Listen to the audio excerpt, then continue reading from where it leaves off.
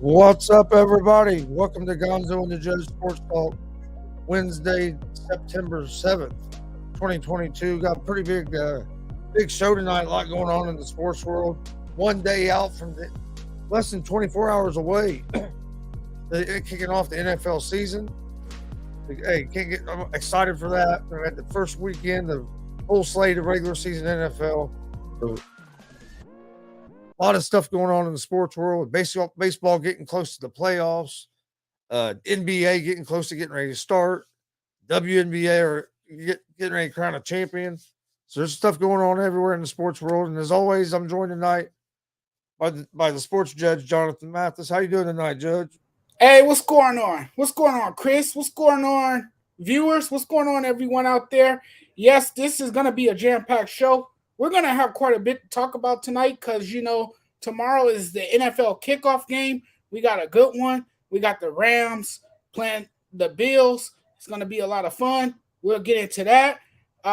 But first, man, we got some history that's been made tonight in tennis. And we got to talk about Francis Tiafoe, man. He became the first Black American man to reach the U.S. Open tennis championship semifinals since Arthur Ashe did it in 1972. Now, the place where this has happened is the same building that's named after Arthur Ashe. So this is an incredible story. It's dominating headlines as it should, and everyone has acknowledged and has paid close attention to Tiafoe. I've been rooting for him. He's been an American success story, I would say, and this is one of the best stories of the sports year so far. Yeah, you're right. It's a real good sports story. And it was. Correct me if I'm wrong. Correct me if I'm wrong. Was he an underdog in the quarterfinals? You're muted, Judge. He did face Rafael Nadal. I thought Rafael Nadal can pull it off because of the experience that he had. Was that in the quarterfinals? I believe, yeah. I don't think. Like his last match. Who he beat? You know who he beat his last match? He beat some other guy, but before then he beat Rafael Nadal. Okay. Do you know who the favorite was in that one? Though? Was he the favorite? I can't remember for sure, but either way, it's a hell of an accomplishment. I was just wondering if it was maybe even a greater accomplishment, like if he was like a real low seed. It's an excellent upset somebody, but beating Nadal, he'd already that right there cemented him up for a great tournament. Right. And being able to make the semifinals, I hope he wins in the semis and can make it to that championship match, because once you get there, you never know what can happen. But no, it's a great story, and it's something hopefully a lot of the young people start looking at stuff like that and get to thinking more positive than all the negative stuff that we have going on everywhere in the world. Right. And this is a guy who had a tough upbringing, right? This is a guy who came from poverty. He basically came from nothing, and he has worked so hard to improve his game. If you read up on his story, it's an incredible one. His story is absolutely remarkable. How far he has come in life to, be the man that he is today and the tennis player that he is today. He's an extremely likable person. I think everyone is really rooting for him. And he's another Black man who has paved the way for other Black tennis players, So, I mean, this is just a wonderful story, and I'm definitely rooting for him. Yeah, no, I hope he has continued success, and like I said, I hope he makes the final. Right. I mean, you always have to. I don't know. I think you always have to root for anybody that can accomplish something kind of greatness. Great. If you're not rooting for it, and you're trying to tear it down, you probably shouldn't be watching that sport even to begin with. And Here's another thing about him. What he does so well. He played a solid game. He strikes the ball very well. He strikes the ball very cleanly. He had a great return. Great returner. Stays calm. And I think he can bring it home. He definitely is a great tennis player. He has great movement. He keeps the ball in front of him. He plays defense really, really well, and So, and it's really, really hard for his opponent. he's going to play the winner of this match I'm watching right now between Jannik Sinner and Carlos Alcaraz. Yeah, They're playing right now on ESPN. Alcaraz won the first set 6-3. Sinner is up 5-4 in the second set right now. it's been So an astonishing run for Tiafo. It really has been just a remarkable run. Alcaraz is the number 3 seed, and Sinner's the number 11 seed. So, but yeah, this has been a It's pretty been good a match. great U.S. Open. It's really been a great U.S. Open. If you paid close attention to it, it's been some good matchups. It's been a great That's good. so far. What you think? Oh, huh? What you think about the tournament, the U.S. No, Open? I think it's been a pretty good tournament. I'll be honest, I haven't got to watch as much of the U.S. Open as I usually do this year because last week I was in bed sick all week. If I Yeah, sit up or try to get on my feet, I puke everywhere. So I missed a lot last week, but so I didn't get to watch as much of the U.S. Open as I usually do. But I watch. I don't watch a lot of tennis, but I watch all the majors. If it's Wimbledon, U.S. Open, I watch all the majors. Uh, I watch a lot of golf as well. I like watching golf on the weekends, especially in the summertime when you don't really have a whole lot of sports going on. Sometimes, some of them golf turns, especially when Tiger was in his heyday, and even now it's trying to see Tiger come back. And, golf's always interesting to watch. So but no, I mean, it's a great accomplishment. I hope he can win. He probably don't play tomorrow. They probably get a day off, so he probably plays on Friday. I would say. yeah, and he's also the first American man to reach the U.S. Open semifinals since Andy Roddick did it back in 2006. Okay. Hey, what's up, Glenn? Yeah, how's it going, Glenn? How Uh, you doing, man? Thanks for watching. What's up? Philly Sports What's up? Talk podcast. What's good, guys? Hey, Philly Sports. Thanks for joining us. Thanks for joining us And on of this. course, we got the stat guy Dustin Reese in here. Judge looking like Chester Cheeto, but with Doritos. It. Always got to throw on some type of graphic tee, as you guys know. Tonight it's the retro look, the old school Doritos logo, as you guys can see. So going into tomorrow night, we're less than 24 hours away. We'll have some NFL football. Yes. What do you think? What kind of game you think are you expecting out of the Bills and the Rams to kick off this new season? I think it's going to be a real close game. But what's your thoughts on?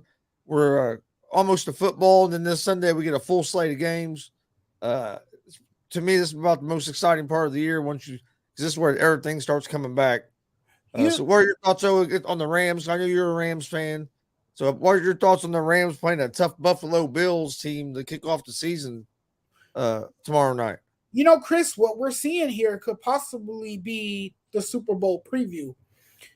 These are two teams that could very well meet in the Super Bowl. So this is a potential preview of the Super Bowl.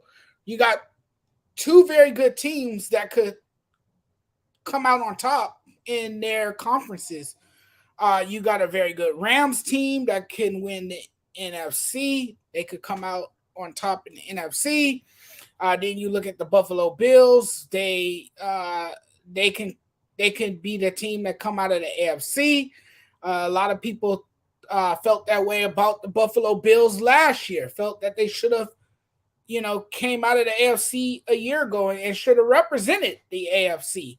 And very well could have had they won that game in overtime and had their defense not, you know, taking their foot off the gas pedal, in which they did in that game against the Kansas City Chiefs. So now tomorrow night, what we're gonna see two good quarterbacks in what can be a great quarterback duel between Matthew Stafford and, of course, Josh Allen. Now, you guys know I got Josh Allen ranked as a top quarterback. I think he's a top ranked quarterback. Um, he definitely has the skill set. He definitely has the throwing mechanics. He can, spread the ball around the field. He has the playmaking abilities. And what I like about him too, he's not afraid to put his body on the line. This is a guy who can also rush for touchdowns, who can gain a lot of yards with his quickness and his speed and his agility. And he's not scared to run with the football. I think he's great at eluding pressure. He's great at extending plays. And we're gonna see a lot of that tomorrow from Josh Allen. I'm also interested in seeing uh, the two wide receivers go at it, and I'm interested to see that matchup. Stephon Diggs on Buffalo, and then you have Cooper Cup, on the Rams. Both of those guys are gonna put on the show tomorrow night. That's definitely gonna be Josh Allen go-to guy, Diggs, and then of course you have Cooper Cup, who had a phenomenal year last year. He had a record-setting season last year. It was a record-breaking year for Cooper Cup, and he put up some ridiculous numbers as we saw last season. So, I think it's going to be a great game between two high-flying offenses with two very good quarterbacks, explosive offenses. I think it's going to be close. I think the winner will win the game by a touchdown. You know, I think it's also two very good defenses. You got premier defenses. You got Aaron Donald, who's arguably the best defensive player in the NFL. We know how he comes off the edge and he can get to the quarterback. It's going to be interesting to see him try to chase down Josh Allen all night long. And then, of course, you got the secondary. You got Jalen Ramsey in that secondary. He dictates things. He can take away half of the field. And then you look at Buffalo's defense. Their defense is not so bad. Didn't they have the best defense a year ago in the NFL? Again, they just fell asleep at the wrong time, at the worst possible time. They also have an opportunistic defense. They take advantage of a lot of mistakes. If they can force you into turnovers, they could turn those into quick points. They are very good at giving Josh Allen and that offense a short field. And usually that results in 6 points for Josh Allen. Because Josh Allen again is a stud. So I think this is going to be a close game. I know I might sound like a homer here, but I got the Rams kind of edging this one out in the end. I think they win by a touchdown. I can see Matthew Stafford heaving the ball up for Cooper Cup to make that spectacular catch and run for the end zone as time is dwindling down late in the fourth quarter. Yeah, I think it's going to be a great game. I have the Bills winning by 3, but I think it's going to be a great game. I'm interested in a couple things in this game. One is what's Josh Allen going to look like without Brian Daboll? And I'm not saying it was all Daboll, but you know how it can get if you get comfortable with the coordinator. They leave, and then you have another coordinator. And sometimes you might not have that same rhythm with that guy. So I'm interested to see what happens with that there with the Bills. But man, Josh Allen's right up there as the best quarterback in the league. And like you said about his running ability, that puts a defense in a tough situation because he's not a small dude either. He's a big guy, and so you not only you have to worry about the plays he can make with his arm, and he has one of the strongest arms in the league. And then you got to worry about what he can do with his feet. So I think that's I think the Rams defense is going to struggle a little bit with that. But I mean, the Rams are they're defending Super Bowl champions, so you can't overlook them. I think it's going to be a great game tomorrow night. I'm looking forward to it. We're actually going to do a live watch along for the game tomorrow night. Dad and myself are actually going to get. I didn't want to advertise it until I knew what some stuff that was going to happen, but it looks like that's we're going to be ready. We'll be ready in time, so we're going to do that tomorrow night. So anybody wants to jump on, like Judge, if you want to jump on for a little bit, you're more welcome to jump on for a little bit. We're just going to watch the game, talk some football, and have a good time. That sounds like a lot of fun. Actually, sounds like NFL kickoff watch party. Yeah, That's pretty cool. It's fun. Just have a conversation about football as the game goes. And sometimes a lot of people tune in for that because they like to be a part of that watch along and hear what you got to say about the game. But yeah, I'm ready for football. It's been gone for too long.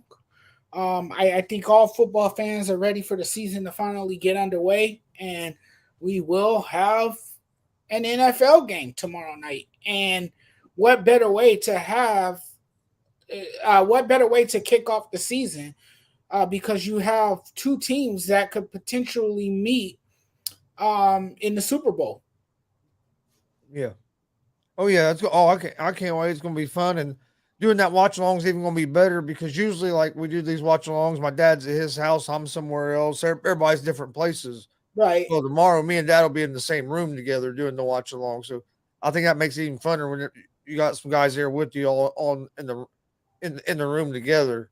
Makes it a little funner because everybody's reacting at the same time. You don't have to worry about if one stream is ahead of another stream, or what I mean. Everybody in that room is seeing it at the same time.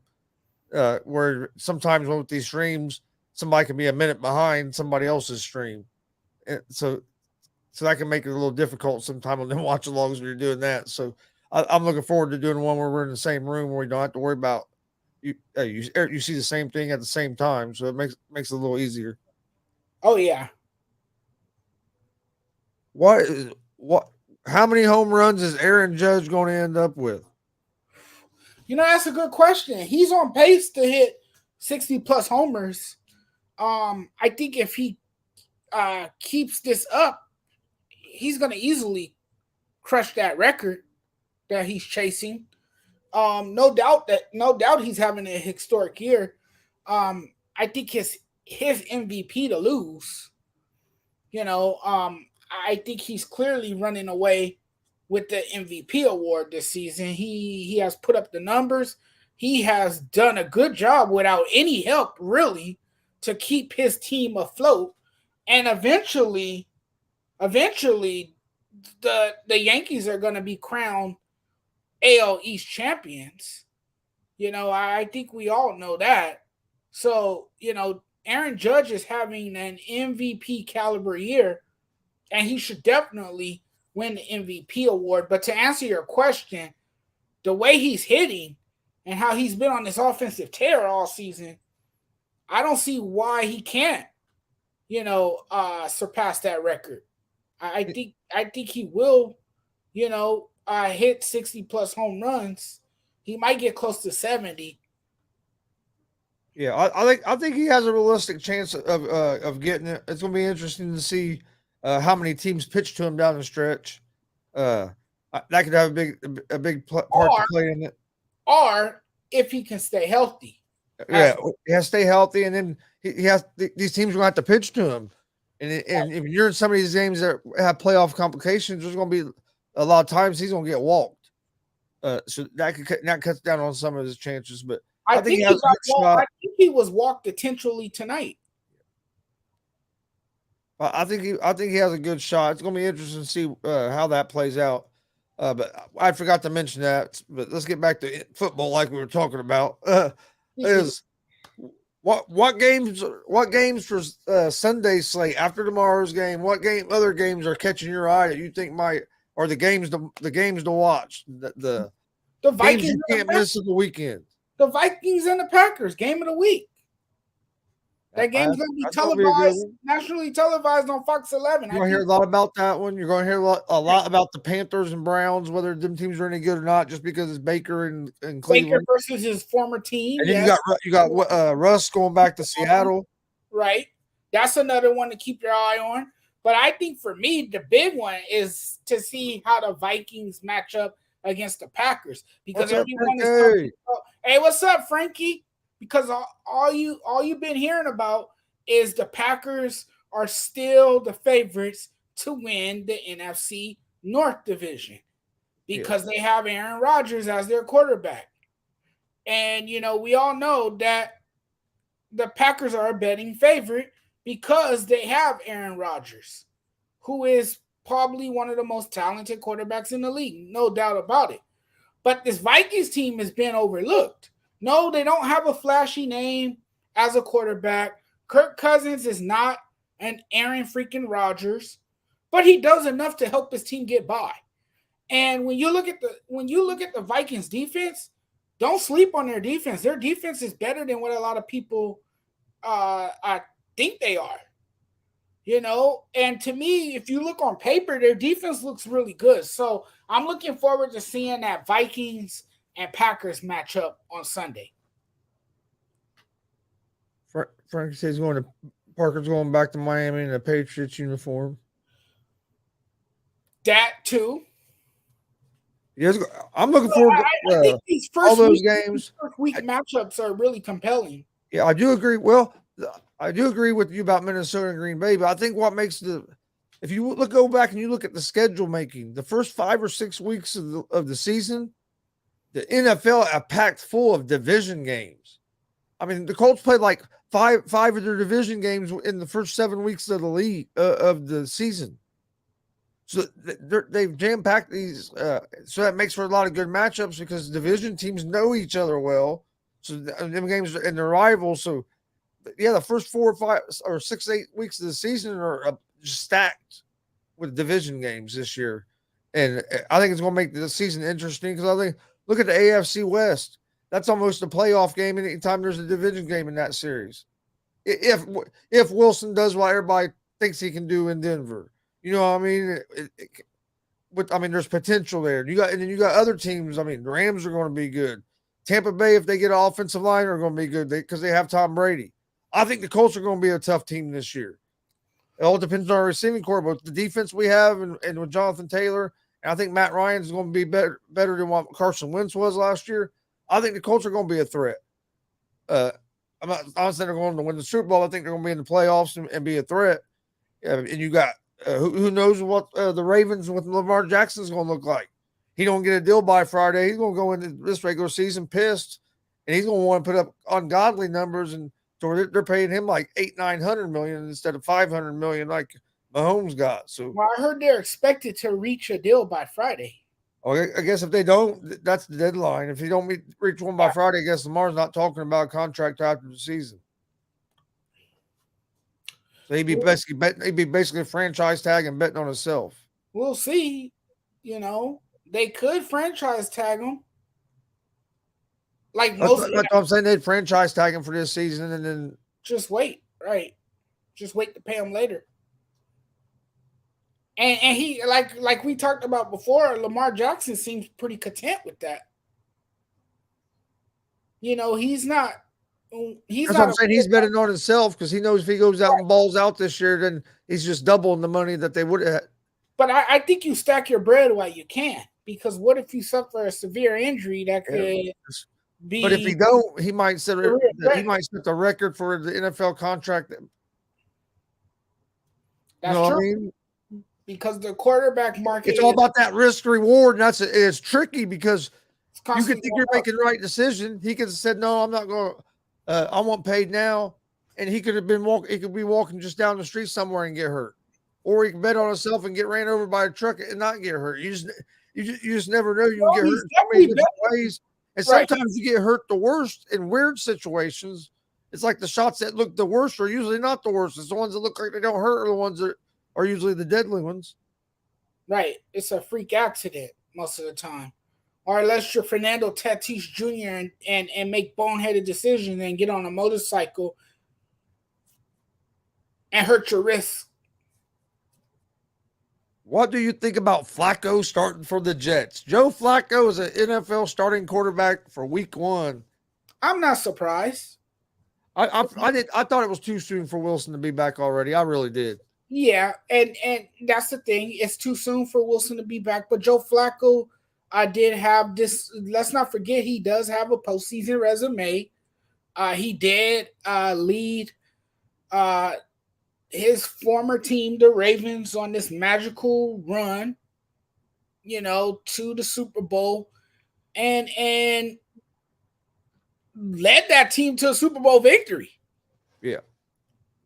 And he will forever go down in franchise history for that accomplishment, for achieving the improbable, really.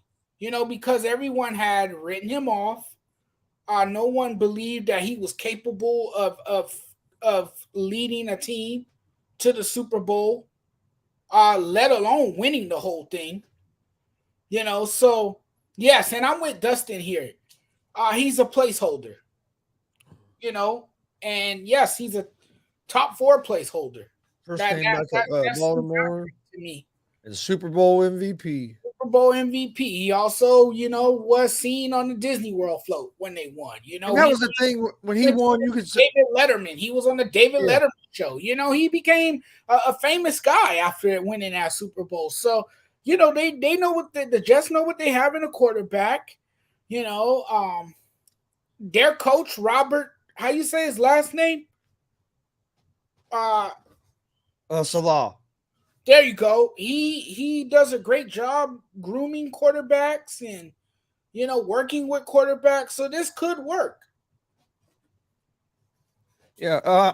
I mean, my thing about Flacco, I think he takes a lot of flack for no reason because people forget that yes, he was Super Bowl MVP, but not only that, he played ungodly in that playoffs for the Ravens to get there. It wasn't like they got there despite of him.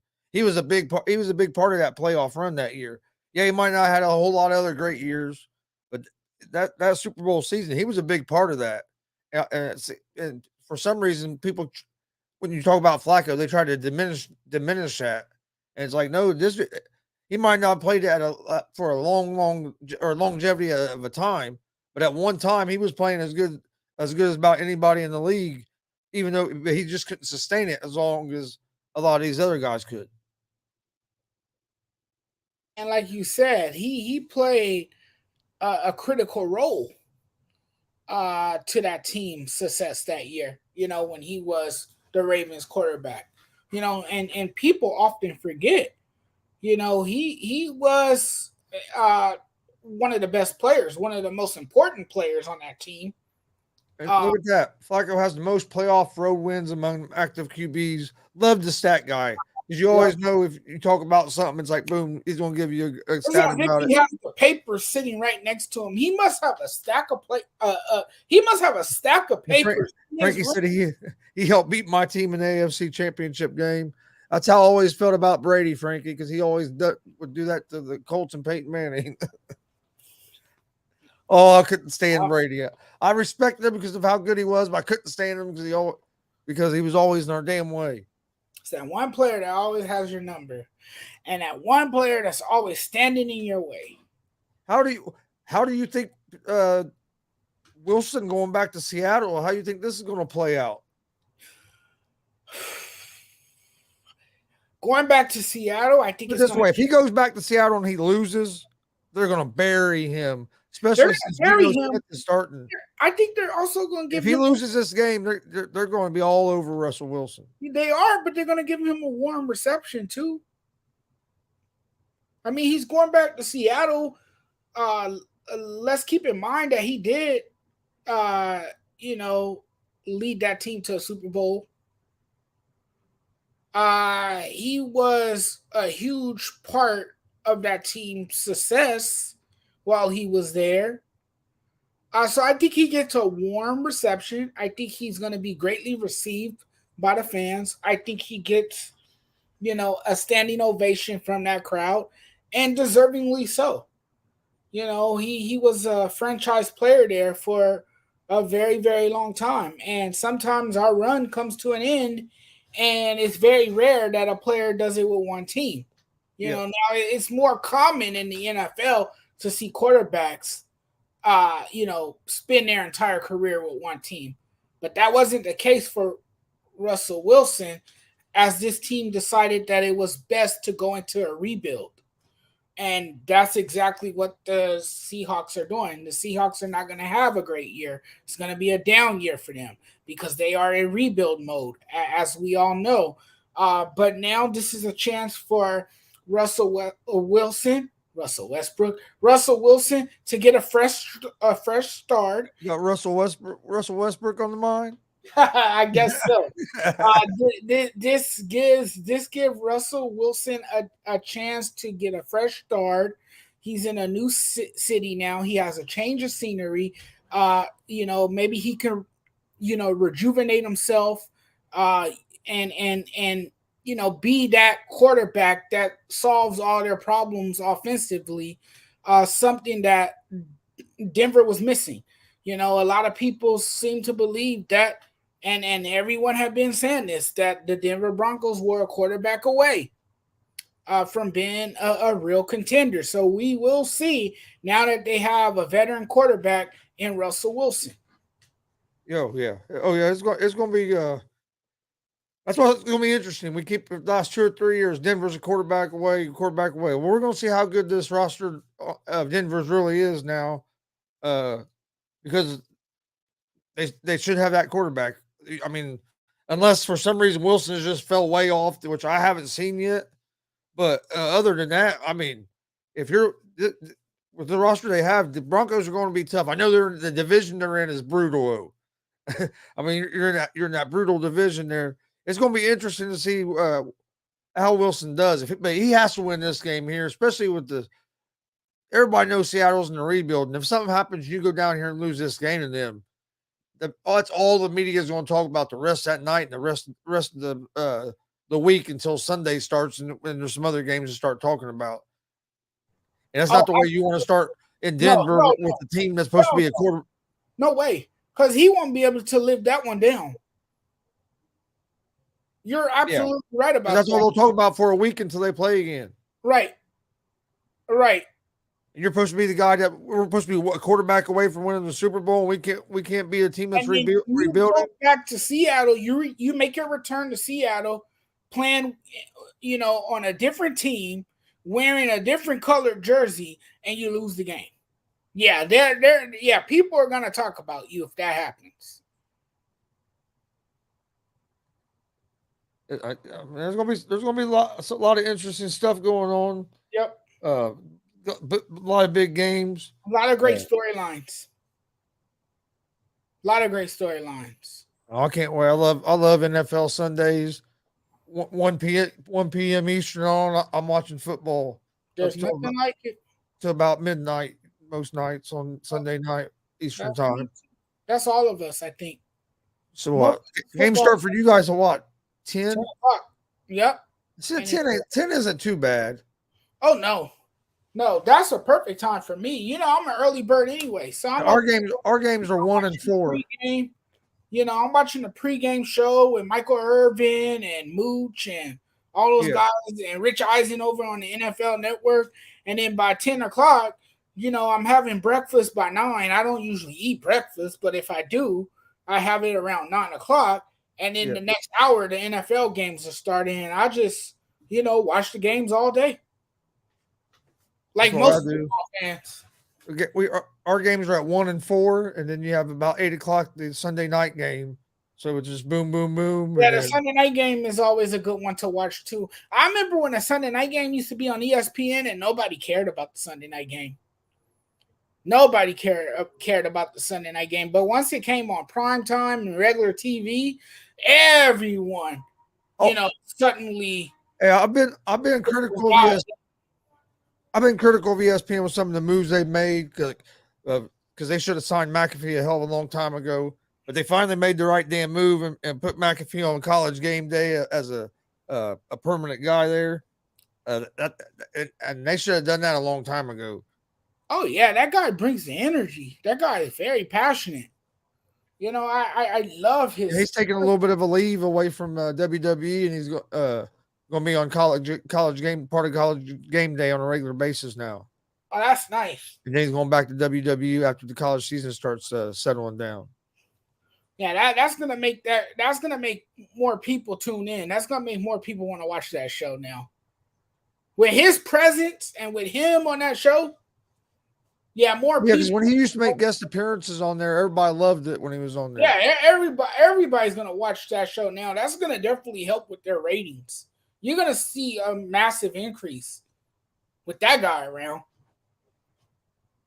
That guy just has a unique talent.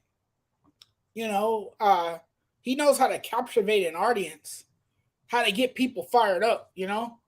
That's what he does so well, and I think that's why the fans kind of gravitate to him, and why his viewers, make sure they don't miss a show because they know this guy is gonna bring. He's gonna bring the fire every time. Yeah. Oh yeah. And let's talk a little bit about the Cowboys. Cowboys and the Bucks. What are you expecting from this game? You got a Cowboys team that's bad on injuries. You have a Bucks team that's really bad on injuries at the offensive line, which to me is the most important thing for them because if you keep Tom Brady upright and give him time, he's going to pick defenses apart. But if they can get pressure up that middle, everybody knows that's what affects Brady the most. And that offensive line scares me because you got to keep Brady upright. If Brady's upright, he's in trouble, and so that scares me a little bit about the Bucks. But I'm not sold on the Cowboys though either because I don't think they got worse since last year, in my opinion. And then now you're adding on some of these injuries, so I'm not expecting a whole lot from the Cowboys really this season. Yeah, the Dallas Cowboys defensive interior is soft enough to try to keep the ground game between the hash marks with a power back like Leonard Fournette to settle things down. So all the Tampa Bay Bucks really have to do is just pound the ball, just pound it. You know, just establish the run early. Um, your defense can become an onslaught because of your high powered running game with Leonard Fournette. Just let him plow into the end zone. Let him do his thing because he definitely has the stamina. He definitely has the ability to run over people, especially that Dallas defensive front. I'm not so confident in that Dallas defensive front. You know, I'm really not. The defensive front, um, it seems that they are, like you said, decimated by injury. But like you mentioned moments ago, the Tampa Bay Buccaneers are banged up too.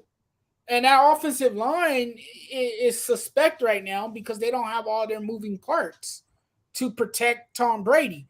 And we all know if Tom Brady is under duress and he's being pressured, especially up the middle, especially up the middle, he's going to get frustrated. And what usually happens when he gets frustrated? It usually results in turnovers, right? Yeah. Uncharacteristic plays by Tom Brady. So Tom Brady is not a person who, likes to be rushed, hurried, and pressured. And when he is, you usually see him make those uncharacteristic mistakes that can prove very costly for his team. It's going to be interesting. Also, what about the 49ers and what are you expecting from Trey Lance this weekend? I mean, we don't really have much information on Trey Lance. We don't really have a lot of film on Trey Lance. This is a guy who hasn't played a ton of football. But I understand why he was named the starting quarterback. I get why he won the starting job because he outshined Jimmy G, in the preseason. And that's why there is so much hype surrounding Trey Lance. But hey, if Trey Lance doesn't live up to the hype, and if he starts to struggle, you can always go back to Jimmy G, Yeah. you know, and you can always make him your starting quarterback. But I think the 49ers are ready to embark on a new era. They obviously drafted this kid for a reason. They obviously saw something in him. I was very impressed how he worked through his progressions. I was very impressed with his explosiveness. His throwing mechanics. I think Trey Lance has it. Now, will he be able to do it in a regular season game? That remains to be seen. But this guy looks very determined. He's willing to learn. He's gonna do everything he can to enhance, his game and get better week in and week out. And I think we will see a guy who will continue to grow, who will continue to mature, and who will continue to allow his speed and explosiveness to be a byproduct of his all around game. Stat Guy says breaking news out of Minnesota. Vikings GM and Saw is meeting with Namak Sue and plans to offer him a 2-year deal. Talks broke down in August, but Sue and the Vikings have been engaged in more conversations in the last 4 days. That'd be a good pickup by the Vikings. Real good pickup by the Vikings if they're able to pull that off. You get a veteran, you get a great guy who can, put some pressure on the quarterback, a guy that can get to the quarterback, knock him to the ground, a guy who brings that veteran presence. Hey, that would be a good pickup for the Vikings. Yep. It's a win-win situation. Oh yeah, I agree. Any other things you wanted to talk about for tonight? Man, what else is happening in the sports world? I know in baseball, man, we're getting closer and closer to October. Yep. Oh, that's my and that means NBA's coming back as well. And the Dodgers' magic number is 4 games. The magic number is 4 games. But you know what, Chris? We've seen this movie so many times. I'm bored. I'm tired of watching the same movie every summer. Yeah. I'm tired of watching the same movie every summer. The Dodgers dominate the summer months, but then when the fall sets in, they can't win a damn game. Yeah, I agree. Autumn brings them nothing but bad luck. The leaves start falling from the trees, and the Dodgers start falling as well. Yeah. They've had their struggles. It's like a Halloween horror movie that you watch every October with this Dodger team. Sometimes I feel like they don't deserve to even win the division the way they play. Maybe they should be home carving pumpkins with their children, the players, because it gets creepy in October. And this is a team.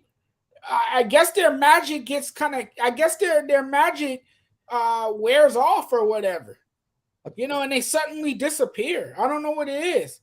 I don't know. Tell you what, the opposing team kidnapped them or something. I agree with Dustin here about the Mets. They're kind of falling apart on me, and I hate that, but I'm sticking with them. But you better look out for them Cardinals. I agree. They're looking like one of them teams that might be catching that magic at the right time of the year. They always capture that magic at the right time of the year, and they always peak in October. Write it out. They always peak in October. The Cardinals have been known for that for a very, very long time. And the Cardinals have had the Dodgers number for a long time as well. The Dodgers haven't had great luck against the Cardinals in recent memory. In fact, the Cardinals would be the team that would eliminate them each year. How's it going, Eddie? All right. Well, we got you got any final thoughts, Sports Judge, before we close it out on this Wednesday night? We'll be back Friday night at 11 p.m. Eastern. We'll recap what happens on Thursday in the NFL opener, and we'll preview some college football and some NFL football. It's going to take place over the weekend. We'll preview some of those games on Friday night. So join us Friday night at 11 p.m. Eastern for that. Judge, you got any final thoughts? Chris, repeat after me. Whose house? Whose house? Rams house. Oh, I'm not saying that. I can't say the Rams. Colts. Damn it. Colts all the way. Almost had them. Almost had you. I thought I had you anyway. I just hope the Colts don't lose to the Texans because, man. Oh, that would be starting off the season on the wrong Colts have struggled in the season openers the last 7-8 years. They've really struggled in the season openers. They struggled in the season finale too last year. That was terrible. That's one that Colts fans want to forget about. Yeah, I thought I'd forgot about it. You just keep bringing it up, right? Throwing it right back at me. I keep reminding you, right? I think it's a friendly reminder, my friend, that the Colts, they choked. They performed a choke job. I mean, that was one of the greatest. That was one of the worst choke jobs in professional sports history. I'm changing my pick. Buffalo by 20 tomorrow. But you know what though? I blame a lot of that on Frank Wright, and I think we talked about that before. Yeah. No, you're right. You're right. I'm just messing around. Why didn't you pound the football? Why didn't you come up with plays? You know, he gets the spurts where he does already. He gets away from running. He takes Jonathan Taylor out, and might not choose Jonathan Taylor for 3 series. It's like, what the hell are you doing? Right. Why didn't you create plays for Jonathan Taylor to run the football? It's that simple. Don't abandon the strength of your offense. The strength of that offense is running the football. We seen that all year with the Colts last year. You see that happen with a lot of teams where they get too carried away with wanting to show that they could throw the football and run these flashy ass plays. If you have a killer running back, pound that damn football, and that's going to open up everything else for everybody else. Right. It's a pass-driven league, but you have to be able to establish the run so you can open everything else up, like you just said, on the offense. That helps your passing game tremendously. You know, it makes things for your offense smoother. Yeah. Because if your running game is working, you do a play action, then linebackers are more likely to bite on that run because you're having some success running the ball. And so now they got to try to play up on it, and then boom, over the top, you can be wide open. Right. And then your offense becomes more unpredictable. Yep. Yes, sir. Well, all right. What do we have? We'll see you guys Friday at 11 p.m. Eastern for another show. Like I said, tomorrow night, opening season of NFL. We'll be doing on the Gonzo Sports Room Network. We'll be doing a live watch along and reaction to the game tomorrow night. So if you want to talk while you're watching the game, jump on with us. Should be a good time. We'll be on probably right around 8 p.m. Eastern time, somewhere around there. We'll be live on YouTube, Facebook, and Twitch. I want to thank the Judge for joining me again tonight, like always. I enjoy doing this show. It sucked not getting to do it for a whole week last week, but we're getting a whole weekend this week, and hopefully we can do that for a while now. Maybe I can stay healthy for a little while and quit causing us little pauses here and there. But hope everybody has a great night. Stay safe, and we will see you guys Friday night at 11 p.m. Eastern. Please hit that subscribe button on the YouTube pages. Like and follow on Facebook and Twitter, Instagram, all that good stuff. And we will see you guys Friday at 11 for another episode of Gonzo and the Judge Sports Talk. Have a great night. Friday.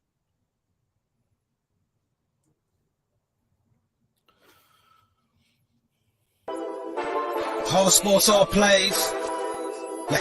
Whole sports all plays. Whole sports all plays. 360 365, we making a plays. You talking the game, get you to the days. We're eye in the court, the dime in the lane. Variety topics, living the same. All presentation, sports information. Hitting the airways, taking the nation. All sport, all plays, like working your faces. Grace at the field, so tie the laces. All sports, all plays.